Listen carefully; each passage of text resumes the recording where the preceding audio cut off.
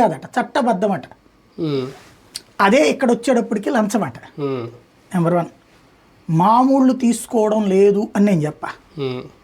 జగన్కి ఇచ్చి ఉండొచ్చునేమో, నేను అది కూడా లేదు అని కూడా డెనై చేయను బేసిక్గా. కానీ ఇక్కడ మనం చూడాల్సింది దేశం మీద జరుగుతున్న కుట్రని మర్చిపోతున్నాం. అదానీ మీద జరుగుతున్న కుట్ర ఈ దేశం మీద కుట్ర, ఈ దేశం మీద కుట్ర. ఈ దేశంలో ఒక గేట్స్ ఫౌండేషన్ వచ్చి ఇక్కడ ఏదో పెట్టింది అనుకుందాం, బిల్ గేట్స్ మైక్రోసాఫ్ట్ పెట్టాడు అనుకుందాం. వాడికి నువ్వు నజరానా ఇస్తున్నావా లేదా?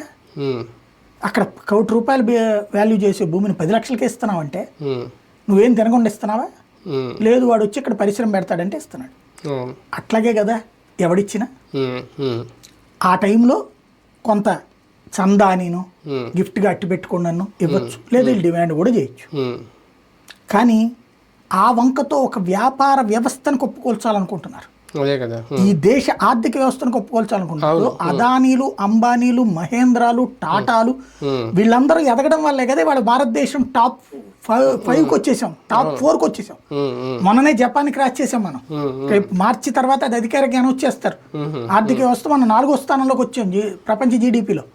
3వ స్థానానికి చేరబోతున్నాం ఇంకొక 2-3 ఏళ్లలో. చైనా తర్వాత స్థానంలో మనం ఉండబోతున్నాం. దీన్ని దెబ్బ కొట్టాలంటే ఎక్కడ కొట్టాలా? ఎందుకని ఎప్పుడైతే టాప్ 5 కంట్రీస్ చూసుకుంటారు లిస్ట్ ఎవడన్నా ఇన్వెస్ట్ చేసేటప్పుడు, ఇప్పుడు విపరీతంగా పెట్టుబడిదారులు వస్తున్నారు ఇండియాకి.